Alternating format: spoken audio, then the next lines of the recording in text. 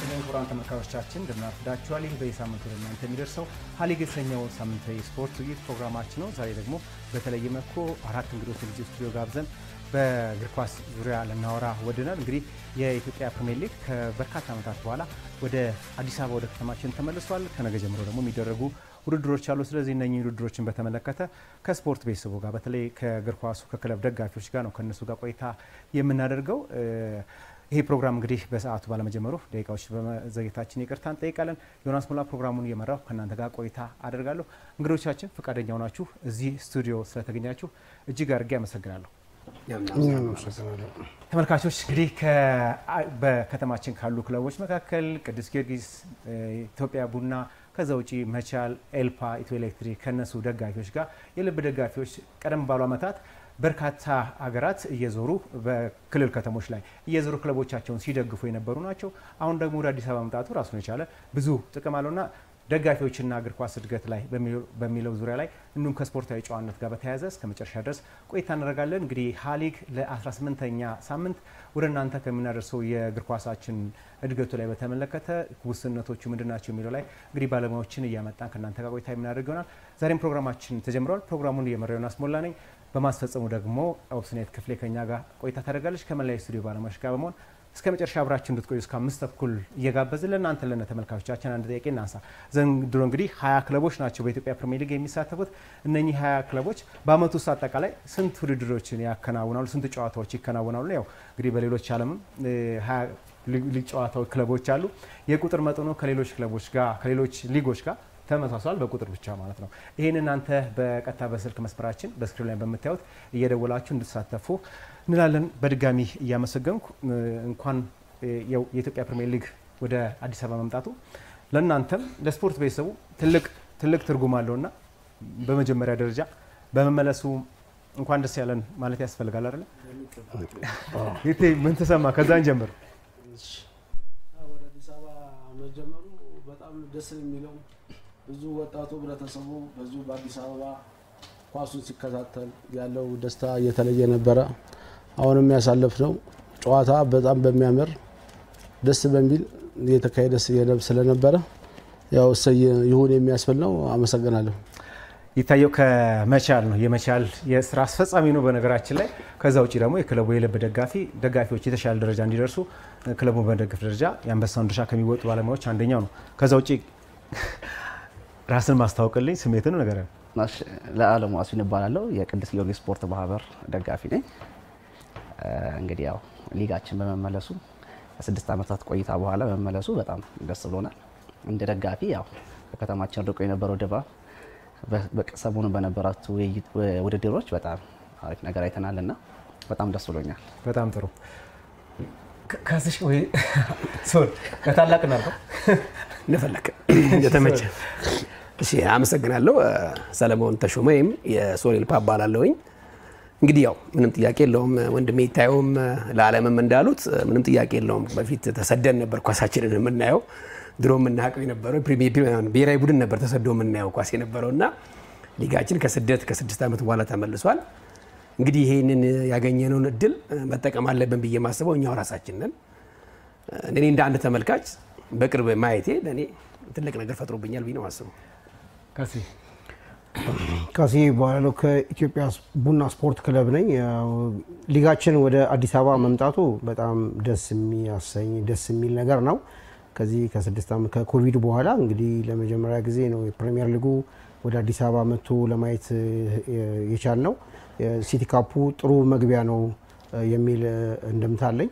ከዚህ ውጭ ደግሞ ረጅም ዓመት ድሮ በ60ዎቹም በ70ዎቹም ኳስ ሲመለከቱ የነበሩ ነገር ግን ክለባቸው የሚደግፉትን ክለብ ውጭ ክፍለ ሀገርም ሄደው ማየት ያልቻሉ ተመልካቾች እዚህ በሲቲ ካፑ ላይ መጥተው በማየቴ ደስ ብሎኛል።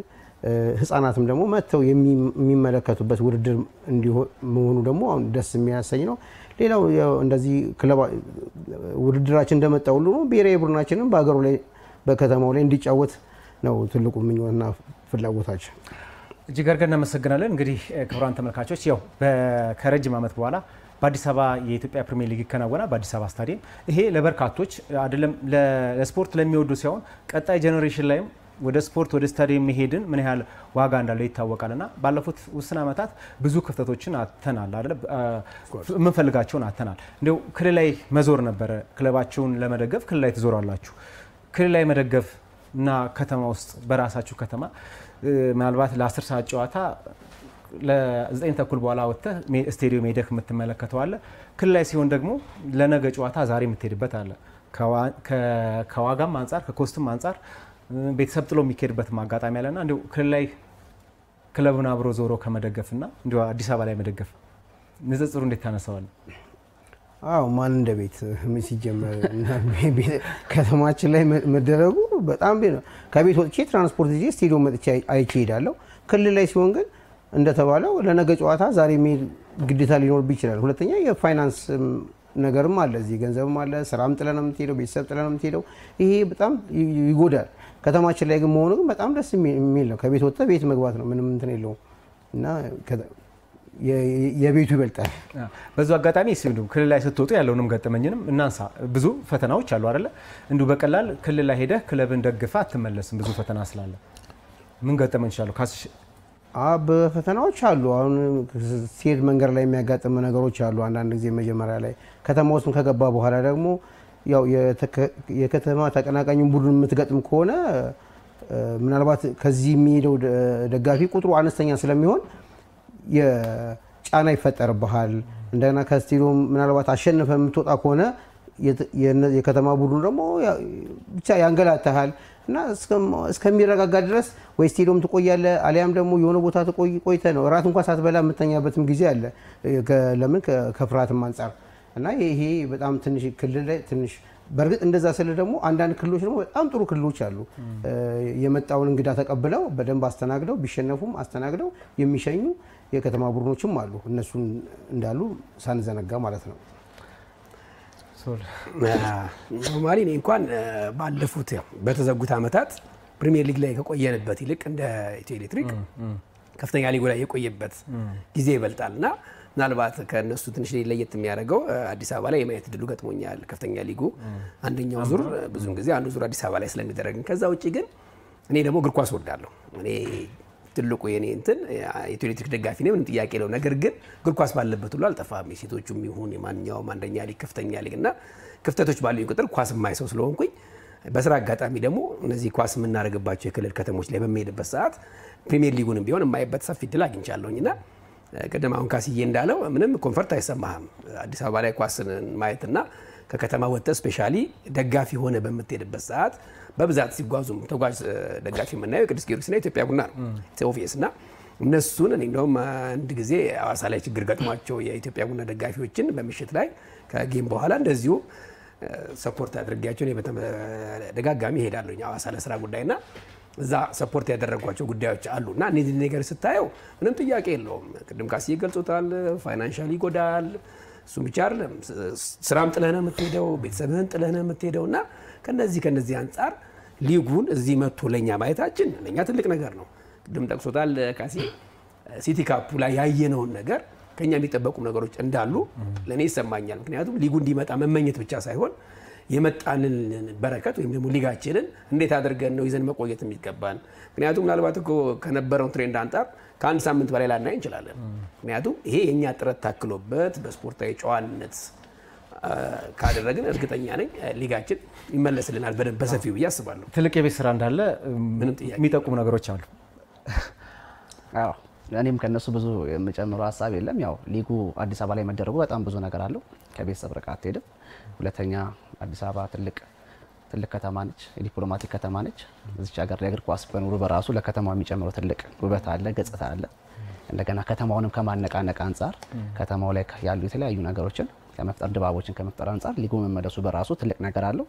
ሁለተኛ ደግሞ አጠቃላይ ክፍለ ሀገር ከሚኖር በላይ ለሆቴሎቻችን በራሱ እግር ኳስ ተጫዋቾች ያርፋሉ፣ ደጋፊዎች ከክልል መጥተው ያርፋሉ። ለከተማችንም በሆቴል ቱሪዝም በጣም ትልቅ ገቢ ኢንካም ያመጣል። እኛ ምናልባት ያው በዚህ 5-6 ዓመታት ውስጥ ክፍለ ሀገር ሄደን የምናጠፋው ገንዘብ አሁን ደግሞ ወደ ከተማችን መጥቶ ከተማችንን በልማት ተጠቃሚ ያደርጋልና እንደ አንድ እግር ኳስ ደጋፊ ብቻ ሳይሆን እንደ ከተማ ትልቅ አስተዋጽኦ አለው ሊጉ መመለስ። ከዛ ውጪ ግን ያው ምናልባት እንደ ተጓዥ ደጋፊ ምን አይነት ስሜቶች ነበሩት?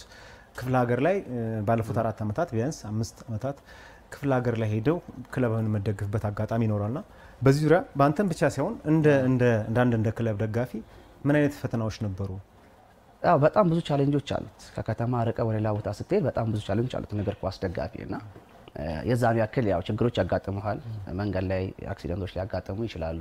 ስቴዲየም ውስጥም ገብተህ በተለይ ምናልባት አንዳንድ ቦታዎች ላይ እግር ኳሱ ትንሽ ከእግር ኳስነት በላይ ከጀርባው ብዙ ጣጣዎች ይዞ ይመጣልና አሸነፈ በተለይ ከሆነ አስቸጋሪ ነገሮች አሉ።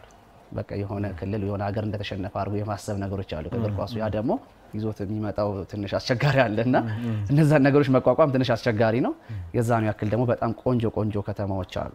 እኔ ያው ሁለቱን ሳወዳደር ኢትዮጵያ ውስጥ ያልኩት ሶማሌ ክልል ነው። ሶማሌ ውስጥ ያው ቡድን ስለሌለ ፕሪሚየር ሊግ እንጂ መላ ኢትዮጵያን ዞር ያለው በኢትዮጵያ ፕሪሚየር ሊግ ያልኩበት ክልል የለ። በጣም ቆንጆች አሉ፣ እንግዳይ ተቀባዮች አሉ። በጣም ጥቂቶች ናቸው ቢያስቸግሩ እግር ኳሱ ያልገባቸውና ሀገሬንም ማውቄበታል በመሄዱ አሁን ደግሞ በመመለሱ ደግሞ ትንሽ በደንብ የ6 ዓመቱን የመጥፋቱን ነገር አሁን አካክሳለሁ ብዬ አስባለሁ።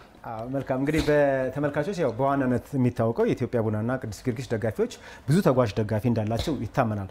እነሱም ባይሆኑ ሌላውም ለስፖርቱም ብለህ የምትዞርበት አጋጣሚ ይኖርና ይታዩ ምን ታዝበሃል? እስቲ እንደመቻልም እንዳንድ ስፖርት ደጋፊ ከከተማ ወጥተህ ስትደግፍ እና አሁን ደግሞ መመለሱ የራሱ የሆነ ትልቅ አድቫንቴጅ አለ። እሺ አመሰግናለሁ።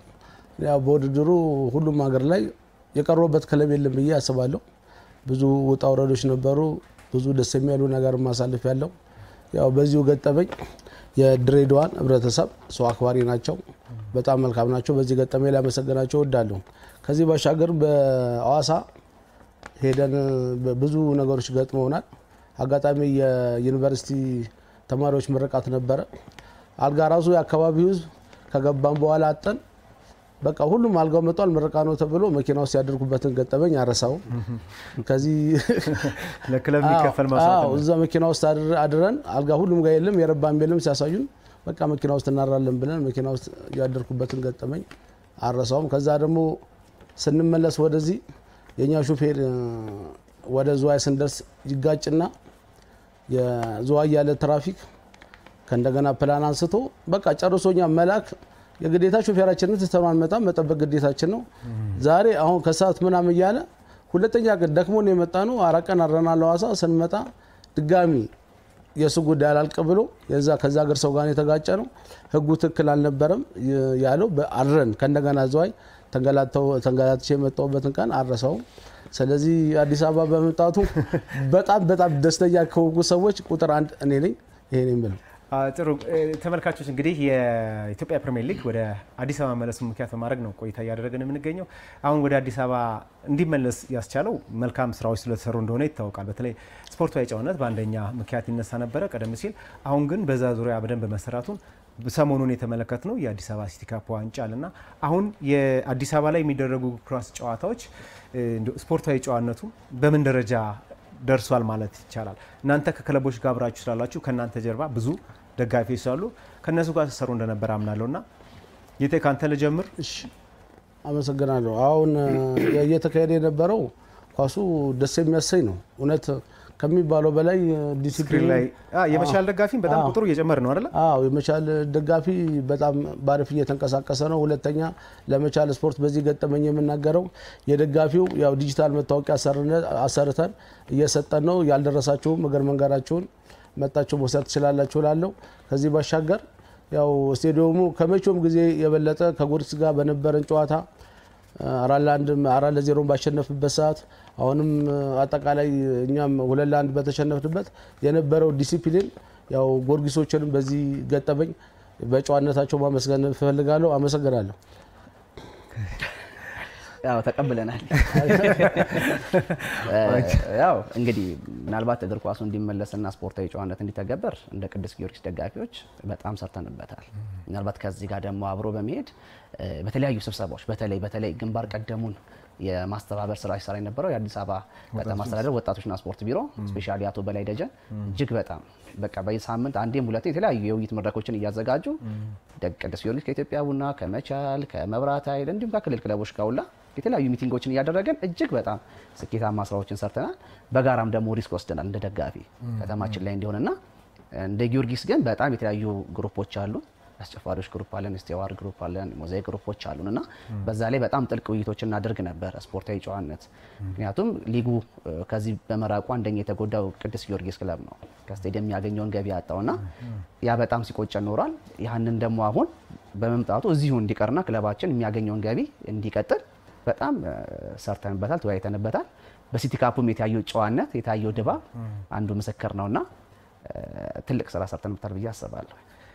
ምናልባት እንዲያውን እሺ ደጋፊዎችን ስናየው ይህንን በአዲስ አበባ ስታዲየም ላይ መመልከት ለስፖርት ቤተሰብ እንደዚህ በቀላል የምትገልጸው አይደለም አይደለ?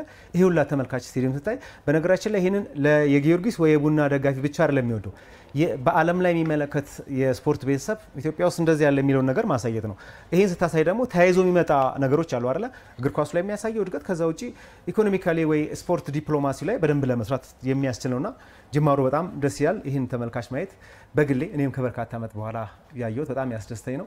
ካሴ ግን እናንተም ልክ እንደ ኢትዮጵያ እንደ ቅዱስ ጊዮርጊስ ከደጋፊ ብዙ ብር የምታገኙ በደጋፊ አማካኝነት በተወሰነ መልኩም ቢሆን ክለባችሁን የምታስተዳድሩ አካል እንደመሆናችሁ መጠን ወደዚህ መምጣቱና ሰሞኑ የነበረውን ድባብ በደጋፊ ላይ የሰራችሁትንም እሱን አያይዘህ። ጥሩ ሊጉ ወደዚህ መምጣቱ አንደኛ ደስታ ይሰጠናል። ሁለተኛ ደግሞ ክለባችን በጣም ተጠቃሚ ነው የሚሆነው። እኛ የኢትዮጵያ ቡና ደጋፊ ቡና ጨዋታ ካለው አዲስ አበባ ስቴዲየም ካለው አይቀርም ይሞላል። ምናልባት አሁን ሲቲ ካፑ ገና ስለሆነ እንጂ አሁን ፕሪሚየር ሊጉ ሲጀመር የኢትዮጵያ ቡና ደጋፊ ይሞላል። ይሄ ክለባችን ደግሞ ሊያገኝ የሚችለው ብዙ ጥቅም አለው። ያም ነው እስከዛሬ የቀራበት። ከዛ ውጪ ደግሞ የዚህ የሲቲ ካፑ ከተማችን ላይ እንዲኖርና እንዲዘጋጅ ከተማ መስተዳድሩ በተለይ አቶ በላይ ደጀን የጸጥታ አካሉም ፈቅደው ጥሩ ነገር በመደረጉና ምንም አይነት ኮሽታም አልተሰማም፣ ምንም ነገርም የለም። በጥሩ ተጀምሮ በጥሩ ነው ያለቀው። ቢያንስ እኔም ራሴ የቡና ጨዋታ እንዳለ ሁሉንም አይቻለሁ። ሌሎችን ጨዋታዎች 1 2 3 ጨዋታዎችም አይቻለሁ። የነበረው ምንም በጣም ደስ የሚል ነው። ጸጥታው ጥሩ ነው። ምንም የሰፋ ችግር አላየንበትም። የኛም ስቲዋርዶች የደጋፊ ማህበሩም ስቲዋርዶቹም አስጨፋሪዎቹም እነዚህም በጋራ የሰሩት ስራዎች አሉ። የቡና ደጋፊ ደግሞ ነግረው ሳይሆን በምልክት የሚግባባ ነው። ምስማር ተራ ያለውና ጥላ ፎቅ ያለው በምልክት ነው የሚግባባው እና ከዚህ አንጻር ተግባብተን ስለምንሰራ ጥሩ ውጤት ነው የሚመጣልን ብዬ አስባለሁ። ቀጣይም ደግሞ ያው ስቴዲየሙን ሞልተን እንደምንገኝ ባለሙሉ እምነት አለኝ። ጥሩ ስራ እየሰራችሁ እንደሆነ የባለፈው በተወሰነ መልኩ ማሳያ ነው። ያው ቀጣይ ስራዎች ይጠበቃሉ። በመሰረቱ ይሄ ገና ፍንጭ ስለሆነ ኢቭን በደንብ አድርጎ አልተሰራም አይደለ? ማስታወቂያውን በደንብ ተደርጎ ደጋፊው እንዲመጣም ገና ስራዎች አልሰሩም። ይሰራሉ ብለን እናስባለን። ቀጣይ የአዲስ አበባ ስታዲየም በጣም በቡናም በሌሎች ክለቦችም ደጋፊዎች ስታዲየም ሞልቶ እንመለከታለን። ሶል እንግዲህ አንተ ያው በጨዋታ እንደማትቀር ሜዳ ላይ ሁሌ የምንገናኝ ምን ታዘብክ? እስቲ በዚህ ላይ በዚሁ አጋጣሚ የስቲዋርዶችንም የስቲዋርድ ስራ በምን ደረጃ ጥሩ እየሆነ ነው? ኦፍ ኮርስ ከአመታት በፊት የለም ነበር አለ እኛ ጋር ገና የ4-5 ዓመት ስራ ነው አይደል? ይሄ ነገር ግን ጅማሮ በጣም መልካም ነው። የራሳቸውን ክለብ ብቻ ሲሆን አጠቃላይ ስርዓቱን ለማስተካከል የሚሰሩ ስራዎችም አለ። ይህንም የታዘብኩንም በዛው አንሳለኝ። አመሰግናለሁ። ያው አንተም ጠቅሰዋል። እንግዲህ እግር ኳስ ካለ አልቀርም ባለኝ አጋጣሚ ጠቅላላ ስፔሻሊ በስራ ጉዳይ ከአዲስ አበባ ካልወጣሁ በስተቀር አዲስ አበባ ያሉ ጨዋታዎችን የመመልከት እድሉ አለኝ ብዙ ጊዜና የአዲስ አበባ 19ኛውን የአዲስ አበባ ሲቲ ካፕንም ሙሉ በሙሉ አይቻለሁ ከሚሉ ሰዎች አንዱ ነኝና ምንም ጥያቄ የለውም። አሁን ይታየውም ላሊም ካሲየም እንደገለጹት እግር ኳሱ በቃ የመጣበትን መንገድ ጥሩ አድርገን ከአዲስ አበባ ወጣቶችና ስፖርት ኮሚሽን ጋር በመሆን ብዙ ስራዎች እየተሰሩ እንዳሉ ማቃለውና እኔ ጎን ለጎን ከኢትዮ ኤሌክትሪክ ደጋፊነቴም በላይ ደግሞ እንደገና የዋሊያዎቹም የኢትዮጵያ ብሔራዊ ቡድን ደጋፊ ማህበር ስራ አስፈጻሚ ውስጥ አባል ስለሆንኩኝ በተቻለን መጠን ስፖርታዊ ጨዋነቱን ለማስተካከል ጥረት እናደርጋለን። የግዴታ ብዙ ደጋፊ ስለሌለን የኛ ደጋፊ ችግር አይፈጥርም የምንልበትም ጉዳይ አይደለም። ይሄ የኔ ጉዳይ ነው። እንደ አንድ እግር ኳስ ተመልካች እኔ ብዙ ጊዜ እንዲህ አይነት ቦታ ስመጣ እንደ እግር ኳስ ተመልካች ሆኜ ነው ማሰብ የምፈልገውና ምናልባት ስቲዋርዶቹ ላይ አንድ ሁለት ነገር ለማንሳት ሞክር። ብዙ ጊዜ በእርግጥ ስቲዋርዶቹ እየተመረጡ ያሉት ከደጋፊ መሀል ቢሆንም ስቲዋርድ አንዳንድ ጊዜ ስራችንን መዘንጋት የለብንም ብዬ አምናለሁኝና እኛ ክብር ትሪቡን በምንቀመጥበት ሰዓት በቀኝም በግራም የቅዱስ ጊዮርጊስና የኢትዮጵያ ቡና ደጋፊዎች አሉና ብዙ ጊዜ ስሜት ውስጥ በመግባት ያው ስቲዋርድ ስትባል በቦታው ላይ ስርዓት ማስከበር ምናምን ሊሆን ይችላልና አሁን ደግሞ አይታችሁት ከሆነ ጥላፎቅና ትሪቡን ክፍተቷ እና የመከለል ነገሮች ይኖራሉ። ክብር ትሪቡን ደግሞ ብዙ ጊዜ የሚጠሩ እንግዶች አሉና በተደጋጋሚ ያንን ነገር ስላየሁትኝና እንደ ሀሳብ ይሄን ነገር ስላየሁኝ በኢትዮጵያ ቡና በቅዱስ ጊዮርጊስ በኩል መስተካከል አለበት። ውጭ ሀገር እንደውም ትምህርት ሊሆን ይገባል። 90 ደቂቃ ጨዋታ ሲደረግ አንድ ደቂቃ ዞሮ የማያዩ ስቲዋርዶች አሉ። ምክንያቱም ስቲዋርድ ማለት አምነህበት ያን ስራ እስከተቀበልክ ድረስ ኳሱ ምንም ጥያቄ የለውም ፍቅር ኖሮ ነው የምታደርገው። ነገር ግን ወደ ህዝቡ ነው ሞር ማድረግ ያለበት 90 ደቂቃ ሙሉ በሙሉ ወደ ህዝቡ ሁን ማለት ሳይሆን ያችን ነገር ቢያደርጓት። ምክንያቱም እንደዚህ አይነት ጥቃቅን ብለን የምናያቸው ስህተቶች አሁን አንዳንድ ሃይላንድ አንድ ሁለት ቦታ የተወረወሩ አይቻለሁ።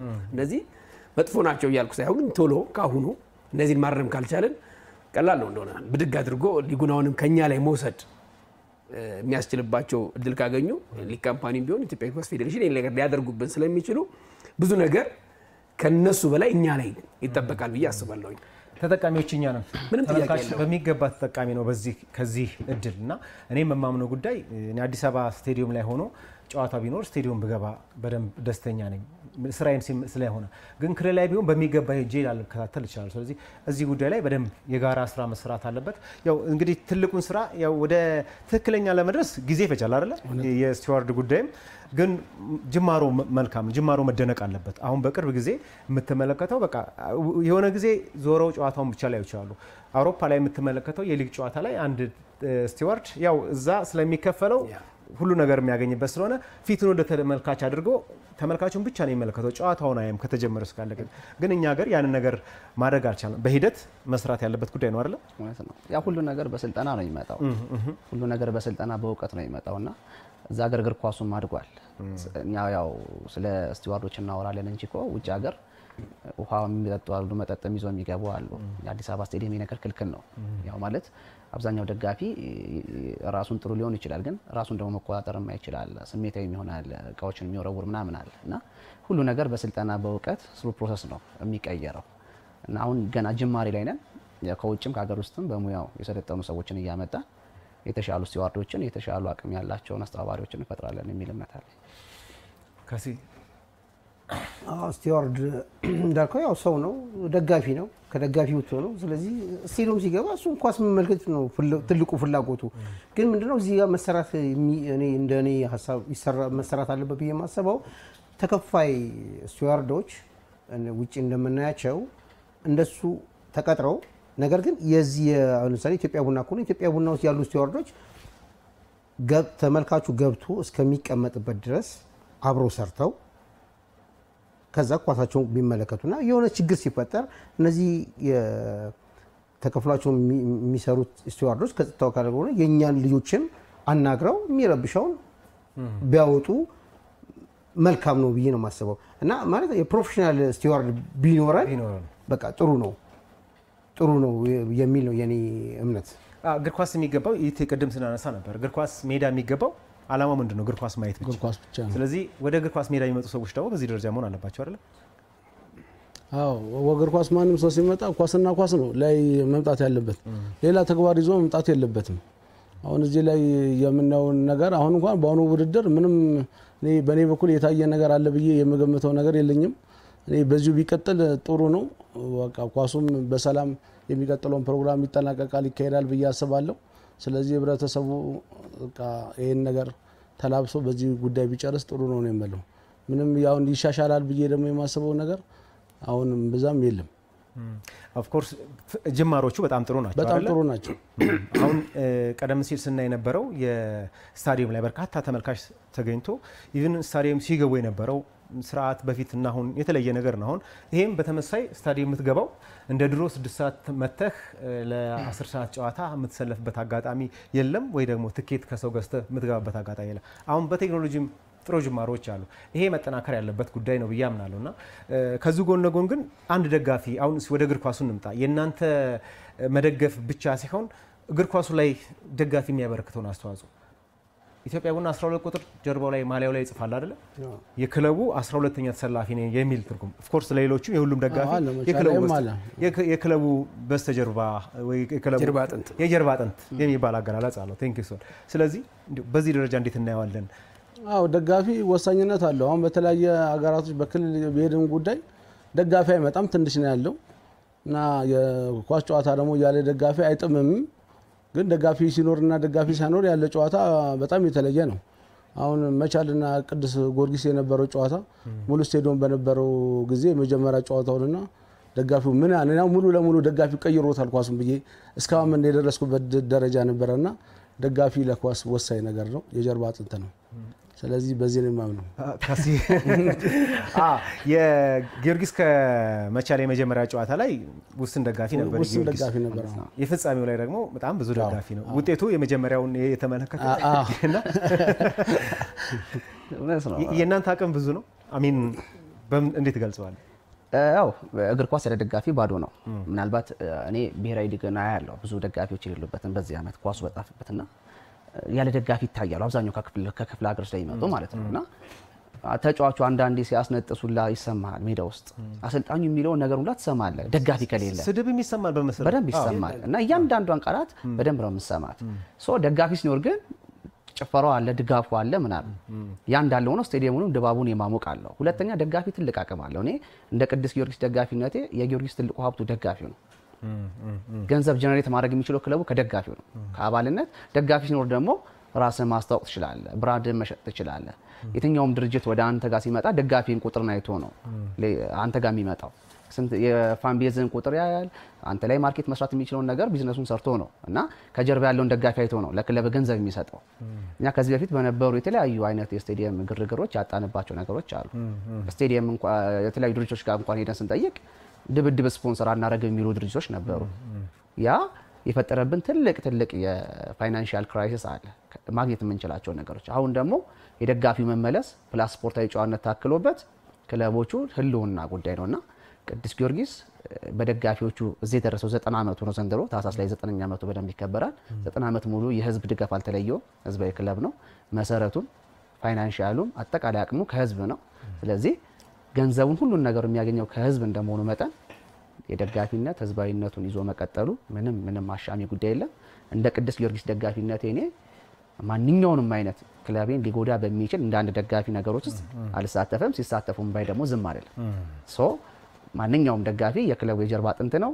መደገፍ መጮህ ብቻ ሳይሆን ፋይናንሻሊም ክለቡን ሰፖርት ማድረግ የሚችል አቅም ስላለው እዛ ላይ ምንም አይነት ነገር ቶለሬት አናረግም ባውኑ ብለን ከመጀመሪያው ያው አሁን ደግሞ በስተን መተናል፣ ተነጋግረናል። ያው እግር ኳስ መጀመሪያው ሲቲ ካፕ ጨዋታ ላይ በመቻል ተሸንፈናል። ብዙም ደጋፊ አልነበረም።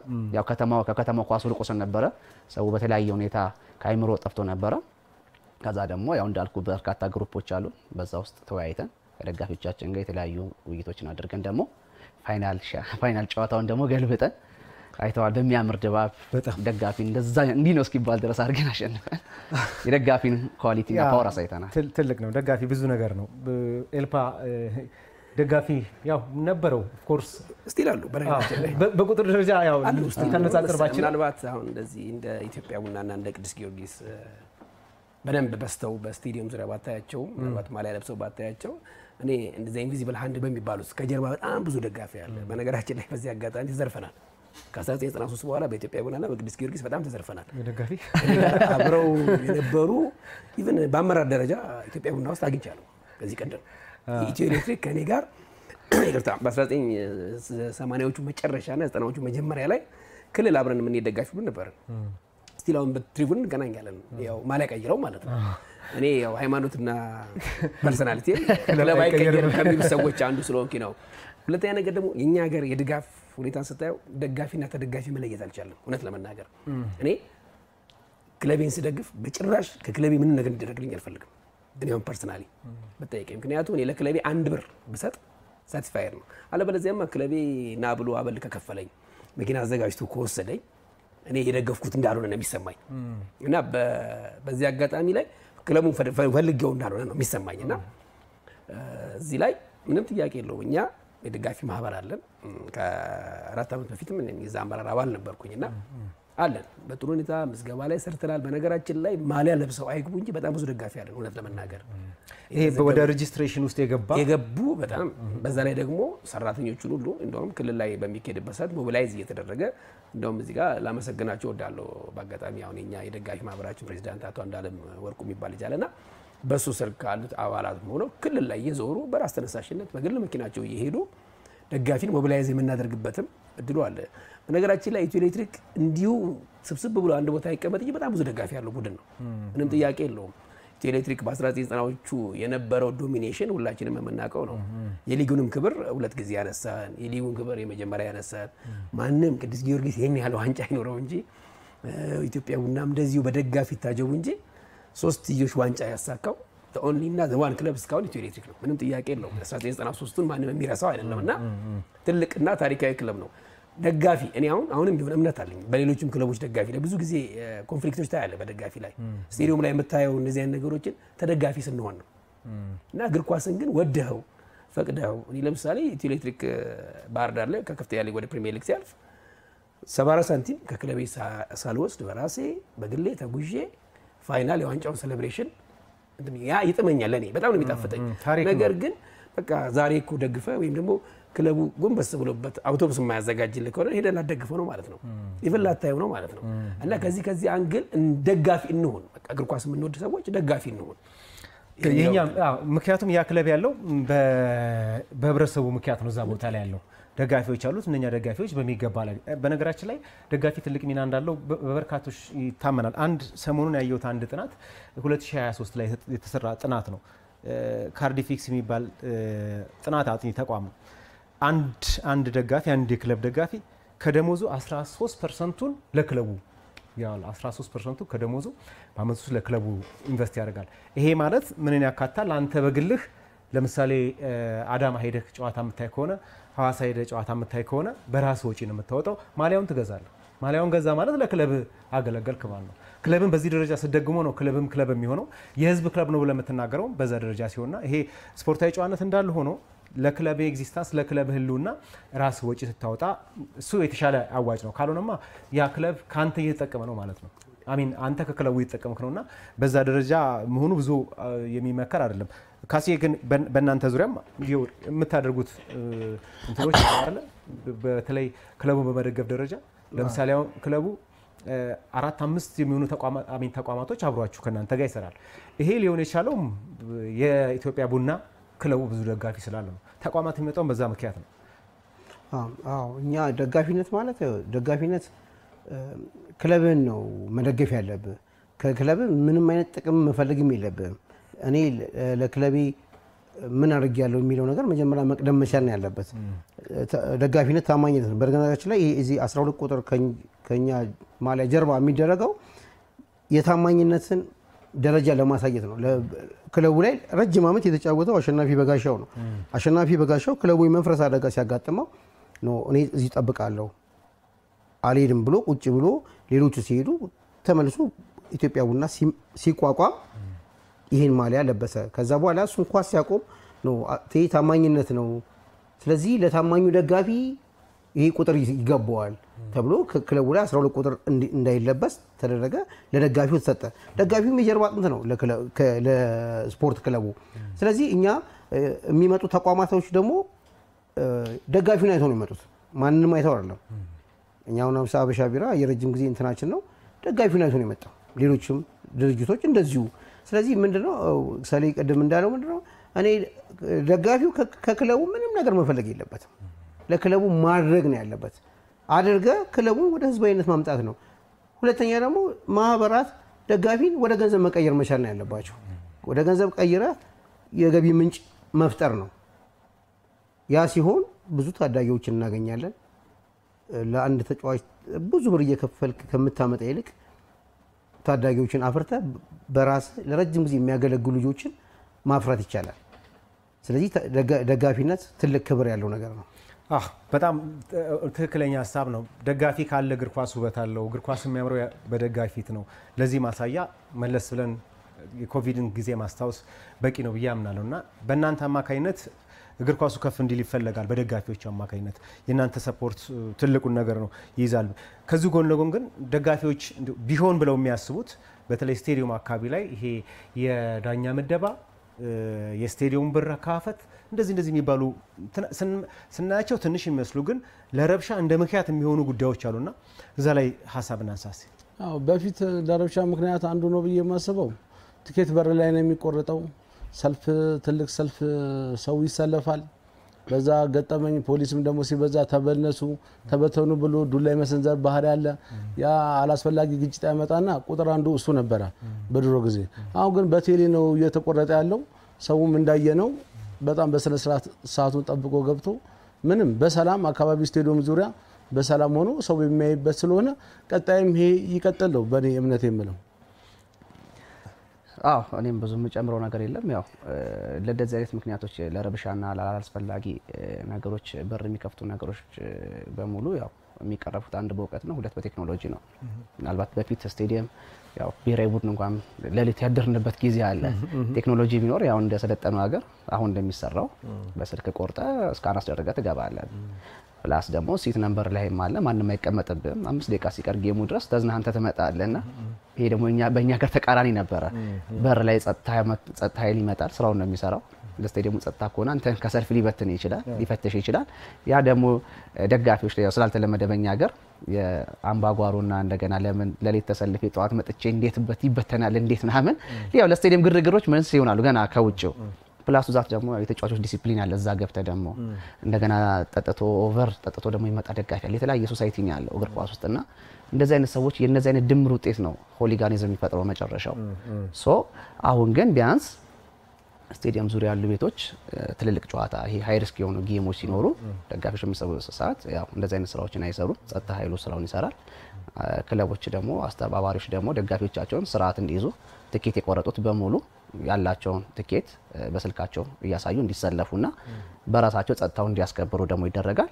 ፕላስ ቴክኖሎጂው ደግሞ በር ላይ ሲደርስ ቶሎ ስካን እየተደረገ ደጋፊው እየገባ ነው ያለውና ኦልሞስት በ20 ደቂቃ በ30 ደቂቃ ስቴዲየሙ ሙሉ የመሆንና ይሄ ቅድሚያ ከጨዋታው ውጪ የነበረውን ግርግርና አላስፈላጊ ሁከት ቀንሷል። ፕላስ ደግሞ ሜዳ ውስጥ ተጫዋቾች ዲሲፕሊናቸውን እንዲጠብቁ አንደኛው ግርግር የሚፈጥረው ደግሞ እሱ ነው።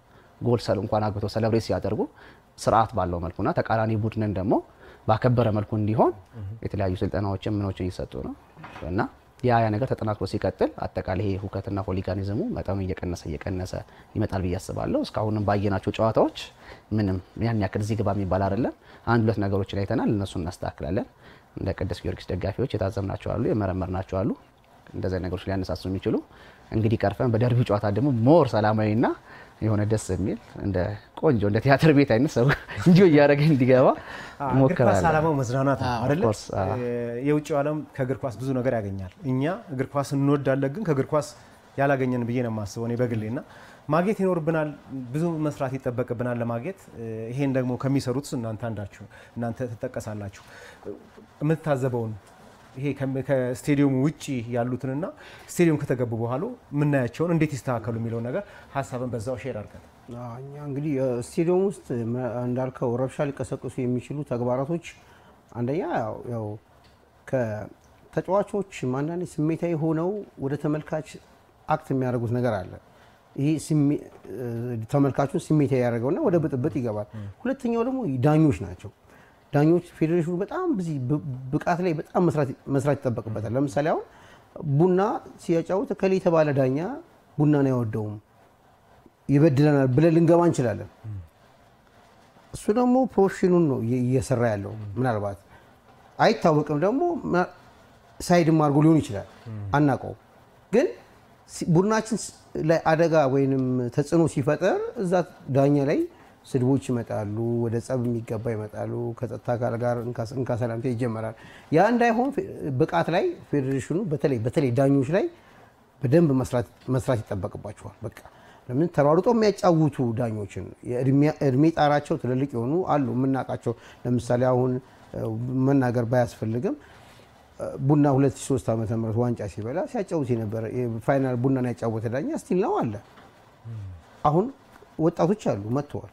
በቃ እኔ አይችልም ማለት ይችላል ዳኛው፣ ግን ተሯሩጦ የሚያጨል በህጉ መሰረት ከኳስ 10 ሜትር ሳይርቅ ከኳስ አጠገብ ሆኖ የሚዳኝ ዳኛ ያስፈልገናል። አንዱም እሱ ነው። ዳኞች ናቸው ትንሽ ጨዋታውን ወደ መበጥበጥ የሚል ለምሳሌ አምና እንደዚሁ አዳማ ላይ አርባ ምንጭ ጎል ሲያገባብን የገባ ጎል ይሻረብን ዳኛ አለ። ያው ተመልካች ሌላ ነገር ውስጥ ገብቷል። ግን ያው በወቅቱ የነበሩት የጸጥታ አካላትም እኛም አንዳንድ ደጋፊዎች ልጆችን አረጋግተን በሰላም እንድንወጣ አድርገናል። ሌላው እዚህ አዲስ አበባ ላይ አሁን ወደ ውጭ ላይ ደግሞ ይፈጠራል የሚለውን ነገር ላይ ስንመጣ ደግሞ እኔ አሁን ባለው ነገር ደስታችን እዛው ስቴዲየም ውስጥ ብቻ መሆን አለበት። በቃ እዛው ስቴዲየም ጨፍረን ጨርሰን ወተን መሄድ ነው ያለብን እንጂ ውጭ ላይ 10-15 ልጅ ሆነን እየተጨፈረ መሄድ የለበትም ካለው አንፃር። ለምንድን ነው እኔ ቡናን የሚወድ ደጋፊ ቡናን ይወድ በስነ ስርዓት ይወዳል። ማሊያውን ለብሶ ስርቆት ውስጥ አይገባም።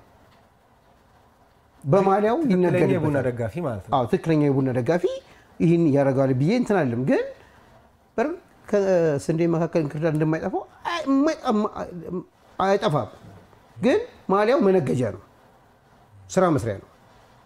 አሁን ያለው ደጋፊ እኔም ሲሰርቅ ባያው እኔም የሆነ ነገር ሳይሆን ዝም አለውም እኮ አቅሜ እስከፈቀዱ ድረስ እታገለዋለሁ። ማሳለፌ መስጠት እስካለ ድረስ እሰጣለሁ። ሌሎችም ደጋፊዎች ይሄን እያደረጉ ነው።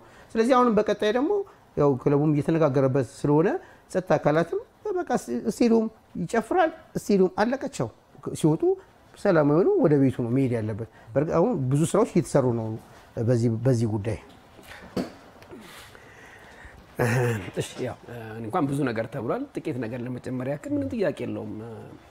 ዳኛ አንድን እግር ኳስን ወይም ደጋፊውን በሰላም ወጥቶ እንዲገባ የማድረግ ትልቅ ስልጣን አለው ብዬ ነው የማስበው በ90 ደቂቃ ውስጥና ምናልባት ዳኞቻችን ላይ ቢሰራ አምሳይን እንደውም እዚሁ አሁን እንደው እገሌ ብለን ባንልም አንዳንድ ክለቦች እገሌ ይመደብልን እስከ ማለት ደረጃ የሚደርሱበት ወቅት ነበር። እገሌ አይመደብ የሚል ክለብ አለ፣ እገሌ ይመደብ የሚልም ነው የሚጠይቁ ክለቦች ከክለብ አመራሮች የሚመጡት ናቸውና ትክክለኛ ያልሆነ ፌዴሬሽን ላይ ያስተካክል የሚገባው በቅርበት ለምሳሌ እገሌ እንዳያጫውተን ለምሳሌ እንደ ኢትዮ ኤሌክትሪክ ደጋፊ እንደ ክለቡ አመራር ብዙም ቻሌንጅ የማያደርግ አመራሮች ነው ያሉን ብዬ አስባለሁ። እና አንዳንድ ክለቦች ጥግ ድረስ ሄደው መብታቸውን የሚያስከብሩ ያለው ቅዱስ ጊዮርጊስም ኢትዮጵያ ቡና ውስጥም ስታይ ስራ አስፈጻሚ ሆኖ የምታያቸውን አካላቶች እውነቴን ነው የምነግርህ አንዳንድ ጊዜ ፕራውድ አደርጋለሁ በእንደዚህ አይነት ነገር። ምክንያቱም እኔ ራሴን እዚህ ጋር ለማጋነን ሳይሆን ከአመራሮቻችን በተሻለ እኔ ፋይት አደርጋለሁ እንደዚህ አይነት ነገሮች ሲፈጠሩና አንዳንድ ጊዜ አመራሮችህ ዝም ብለው ሄደው የቢሮ ስራ ብቻ ለመስራት መቀመጥ አለባቸው ብዬ አላምንም። እግር ኳሱን ወደውት ወይ ደግሞ በእግር ኳስ በእውቀት መምራት አለባቸው ብዬ ስለማስብ ነው። ኢትዮ ኤሌክትሪክ እኮ ሄዶ ዳኛን ቻሌንጅ የማያደርግ ከሆነ ሁልጊዜ ለሱ የሚመደብለት ዳኛ ያ ደግሞ መሆን የለበትም። እንደውም ላለፉት 1 ዓመትና 2 ዓመት ግን እያየዋቸው የዳኞች ኮሚቴ ለእኔ ጥሩ ስራ እየሰሩ ነው ብዬ እኔ ፐርሰናሊ ብጠይቀኝ እየሰሩ ነው ብዬ አምናለሁ። እና ብዙ ቅድም ካሲዬ እንዳለው ብዙ ብቃት ያላቸው ወጣት ዳኞች እያየን ነው። ስፔሻሊ አሁን ቅዱስ ጊዮርጊስና ኢትዮጵያ ቡና ማን ነው መቻልን ያጫወተው ዳኛ ምሬና ምናግሬ ያንዳንዷን ኢንሲደንት ሳይለት ነበረ። ሶ ዛትስ ዋይ ሶ የለም ፕሮፌሽናል ማን ነው ኢንተርናሽናል ዳኛ ሆኜ ብዬ እንዳስብ አደረገኝ። ምክንያቱም በጣም ፐርፌክት ነበረ። ከኳሷ በጣም በቅርብ ርቀት ይገኝ ነበር። ያንዳንዱ ዲሲሽኖች ሲሰጥ የነበረው ዲሲሽኖች ጠቅላላ እውቀትን የተመለከተ ነው ሳይ የነበረውና አሁን ምንም አይነት ነገሮችን በዳኝነት በኩል ምንም ጥያቄ ነው። ዳኛ እኮ ይሳሳታል፣ ሰው ነው። ነገር ግን ያ ዳኛ የተሳሳተበት መንገድ ሰዋዊ ነው ወይስ ፐርፐዝሊ ነው የሚሉትን ነገሮች ነው እኛ እንደ ተመልካች ሁለተኛ ነገር እሱ እዛ ጋር ተሳሳተ ብሎን ራሱን የቻለ ገምጋሚ አካል አለው፣ ራሱን የቻለ ክለብ አመራሮች አሉት። እኛ እንደ ደጋፊ ግን ያንን ነገር ውሳኔ እስኪሰጥ መጠበቅ ነው እንጂ እዛ ዳኛ ላይ እዛው ሜዳ ላይ ምንድነው ውሳኔዎችን ማግኘት አለብን ብለን ማመን የለብንም። እኛን ሁልጊዜ ለሆሊጋሊዝም የሚያጋልጠን ነገር ይሄ ነው ብዬ አምናለሁኝና ምንም ጥያቄ የለውም። አሁን ደግሞ የደጋፊ ጥምረት ተብሎ ተመስርቷል። ቲንክ ደነቀው የፋሲል ከነማ ይመስለኛል እሱ ያደረገ ያለበት ሂደት በጣም እውነት ነው፣ በጣም እጅግ አስደሳች ነው። ኢች ኤንድ ኤቭሪ እየተደዋወልን እናደርጋለን፣ አግዙኝ ይላል ብዙ ነገሮች ላይና እነዚህ ይሄ የደጋፊ ጥምረት ደግሞ ይሄንን ነገር ደግሞ ሞር የተሻለ ያደርግላል ብዬ አስባለሁኝና እኛም እነሱን እያገዝን እየተጋገዝን ሊጋችንን ለአንድ ወር ለሁለት ወር ሳይሆን ለአመታት እዚሁ ለማስቀመጥ የራሳችን የኛም ጥረት ይፈልጋል ብዬ አስባለሁ። እውነትን ሰው በእጃችን ላይ ድል እንዳይወጣ በተለይ ደጋፊ ትልቅ ሚና መውጣት አለበት ብዬ አምናለሁ። ምናልባት በስተመጨረሻ እንደው ከአንተ ልጀምርና 2018 ኢትዮጵያ ፕሪሚየር ሊግ ላይ ምን አይነት ሆኖ ማየት ትፈልጋለህ? ለዛስ ምን ይጠበቃል የሚለው የመጨረሻ ሀሳብ። እሺ እኔ 2018 በጣም ሁሉ ደጋፊው ማህበርም ሰርቶ ሰላሙም የተረጋጋ ሆኖ ህብረተሰቡንም ያው ሁሉም የየራሱ ክለብ የጊዮርጊስም የቡናም ሁሉም ክለብ የራሱን ሰው በአግባቡ እየመራ በቃ ይሄ ኳስ ከአዲስ አበባ ላይ እዚሁ ላይ ቢሆን በከተማችን በጣም ነው ደስ የሚለኝ። እንደሚሆንም ያው እየሰሩ ሁሉም ሰው እየሰሩ ስለሆነ እንደሚሆን ጠርጠር የለኝም። ያው በሰላምም ለአመታት እሱ ለአመት ነው ደግሞ ለአመታቶች እዚሁ ቢቀር ጥሩ ነው እላለሁ። ከዚህ በመቀጠል ያው የመጨረሻ ድል ስለተሰጠኝ ያው የመቻል ስፖርት ክለብ ደጋፊዎቻችን ሁሉም በክፍለ ሀገርም በተለያዩ ቦታ ያላችሁ ያው ቅድም እንደተናገርኩት መታወቂያም በዲጂታል ማንነት መግለጫችሁን የሌለም ጃንሜዳ የሚገኘው የመቻል ስፖርት ክለብ ግቢ ውስጥ መጥቶ የተሰራላችሁ ብዙ የተሰራላ ያልወሰዳችሁ መጣችሁ እንዲወስዱ። ሁለተኛ ነገር ደግሞ ያልተሰራላችሁም መጣችሁ አሰርታችሁ ያው ክለቡን ደግፉ። ቀጣይ ስራችሁ እሱ ነው የሚሆነው። አዎ እንግዲህ እኔ ምን ማየት ትፈልጋለህ? በ2018 ካልከኝ ያው የመጀመሪያ ምኞቴ ቅዱስ ጊዮርጊስ ያው ትሬብል ዋንጫ ሻምፒዮን እንዲሆን ነው። ምክንያቱም 2 አመት አልፎናል። ይሄ የቅዱስ ጊዮርጊስ ትሬንድ አይደለም። ስለዚህ ያሉብን ነገሮች አስተካክለን የመጀመሪያ 2018 ማየት እንፈልገው አዲስ አበባ ላይ ቅዱስ ጊዮርጊስ ዋንጫውን ከፍ አድርጎ ከተማው ላይ ሲነግስ ማየት ደስ ይለኛል። ከዛ ውጪ ያው ሲቲ ካፕ ማሟቂያ ነውና ሲበላ ነው። አሁን ፕሪሚየር ሊጉን ደግሞ ወደ ራሳችን ክብር መመለስ አለብን ብዬ አስባለሁ። ከዛ ውጪ ማየት እንፈልገው ምንም እንደ ቅዱስ ጊዮርጊስ ደጋፊነቴ ምንም ማየት የማልፈልገው ኮሽ ያለ ነገር አዲስ አበባ ስቴዲየም ውስጥ ማየት አንፈልግም።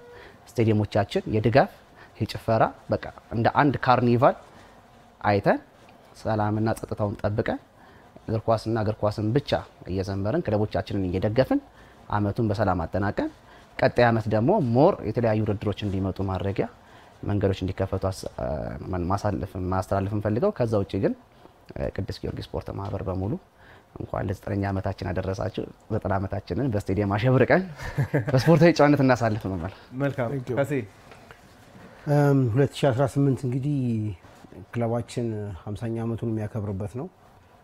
ይሄን 50ኛ አመት ስናከብር ደግሞ ፕሪሚየር ሊጉን ዋንጫ በልተን የምናከብርበት እንዲሆን ነው ትልቁ ፍላጎታችን። ክለባችን አሁን ወጣት ተጫዋቾች በብዛት አሉበት፣ ሮጦ ያልጠገቡ ልጆች ያሉበት ነውና ምናልባት ያሳኩታል የሚል ሙሉ እምነትም አለኝ። በተረፈ ደግሞ ደጋፊዎቻችን ስቴዲየሙን ሞልተን በስፖርታዊ ጨዋነት ክለባችንን የምንደግፍበት እንደዚሁም ደግሞ ህፃናት ልጆች መተው የሚመለከቱበት ትልልቅ ሰዎች እንደ ድሮ መተው የሚመለከቱበት ሲሆን ትልልቅ ሰዎች እኔ በአጋጣሚ ሰሌም ያውቀዋልና ድሮ ስቴዲየም ስትገባ የክለብን ጨዋታ ካለው ክለብን ጨዋታ ቁጭ ብለህ ታያለህ።